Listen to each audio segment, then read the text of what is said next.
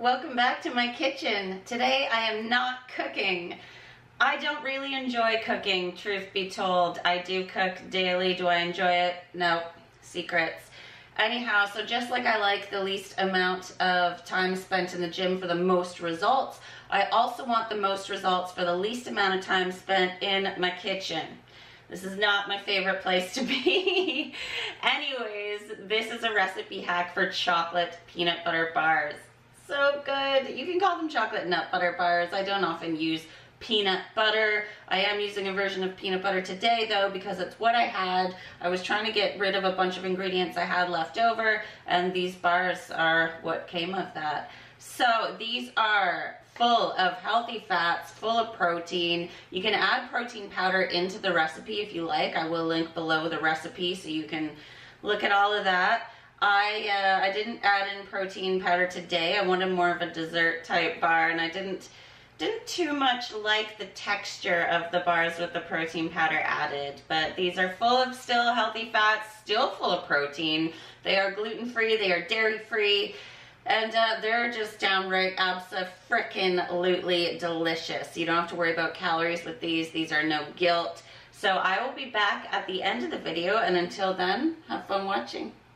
So these are the ingredients that I used for the bars. Everything is dairy-free, gluten-free. If you do want the bars to be 100% sugar-free, that Camino chocolate does sell a brand that is 100% cacao, and you would just use a little bit more stevia sweetening in the chocolate topping portion of the recipe. Remember, the recipe is listed below for you in the description box, so you can click on that if you would like to make these. Just a couple other tips. You can substitute the total amount of the flax meal with the same amount of rice or hemp protein for an extra punch of protein to make these an official protein bar. You could also use some grass-fed gelatin to firm up the bars a little more and give them even more protein. Rice bran is also a great nutrient boosting alternative to the flax meal as well. If you do look up the recipe in the description box, you will notice that you can use either this earth balance spread I have in the top right, or you could use coconut oil. I do choose earth balance because it does make the bars more temperature stable and they won't melt on you as much. So I start by putting 2 cups of nuts or seeds. You could use almonds, sunflower, pumpkin, macadamia, but I start with 2 cups into the food processor or blender, whatever you are using. Please note that I have burned out many a blender, and it is worth the expense to buy one that will do this properly. It is very difficult for the average blender to blend nuts and seeds and pulverize them. With this recipe, it does usually call for the nuts and or seeds to be completely turned into mush. I like to have some more texture in my bars, so I don't actually blend them that much. Also, be sure that you do blend all of the dry ingredients before you add any wet ones in, and that will be a lot kinder to whatever machine you are using as well. So I used pumpkin seeds and sunflower seeds. Next, here is the shredded coconut, non-sweetened. And then after that is the flax meal. You can blend it yourself or buy it. It's cheaper to blend flax meal yourself. This is PB&Me, so it's a powdered peanut butter. You add water to it. It's what I had left in my cupboard, so I am using this kind today. And after that is the earth balance spread. Notice I didn't remember to blend the dry ingredients first, and it was quite a bit of a hassle. Next is pure vanilla extract. Do use pure vanilla extract. If you're trying to avoid candida, please buy the alcohol-free one. It is available at major grocery stores and health food stores.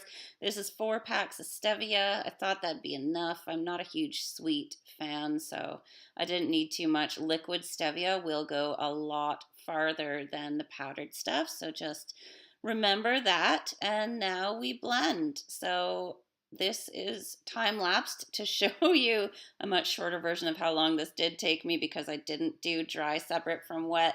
However, This is as far as I would go with the blending because that does leave a nicer texture. The bars aren't so mushy. And then you press it into a tray. It really doesn't matter, 8x8 tray, 9x9, it doesn't matter. Obviously, if you want thicker bars, use a smaller tray. Thinner bars, use a bigger tray. While that is in the fridge cooling, because these are no bake, I am going to melt the chocolate in a double boiler.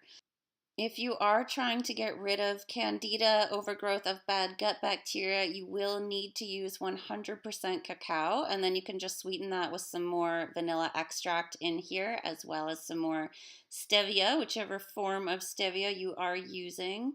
So now this is nice and cooled, so I pour the melted chocolate on top and spread that all out, and this is complete. That's all it takes. This goes back into the fridge for cooling. It usually takes about 1 to 2 hours. There you have it. No bake, no guilt. Healthy chocolate peanut butter bars. If you want to make them into balls, you can make healthy chocolate peanut butter balls too. That's a mouthful. I can't believe I succeeded at saying that. Anyhow, if you found this video helpful in any way, please give it a big thumbs up. Please subscribe to my channel. It really helps support me, and you'll have a place to come back for all of my next videos. If you would like notifications of when my future videos are posted, please hit the little bell icon and you will be notified every time a new video is posted. There is tons of awesome info coming down the line for you, and I can't wait to see you in the next video. Until then, have fun, and I'll see you then.